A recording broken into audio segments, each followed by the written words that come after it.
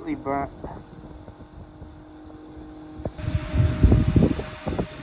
Couple friends in here too.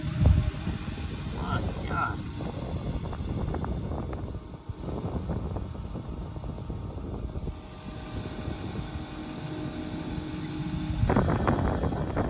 So there's the inside of the fixture there. And look at that. I don't know if you can see that. Burning up, everything burning up on the inside. The SJ cord's completely gone. So we're gonna replace that too. But look at that neutral too. Look at that hot leg, just everything's bare, ready to freaking cause an arc. Could have been really bad. There we go. There's the finished result. A little bit of duct seal on that because that connector wouldn't come out. It was completely rotted in there. New clip.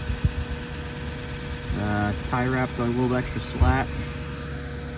And obviously the bulb's working. I got the glove on the brand new photo cell up there. And just a little bit more duct seal on there just in case, you know. Obviously if the water runs down, it'll go in there. So that's it.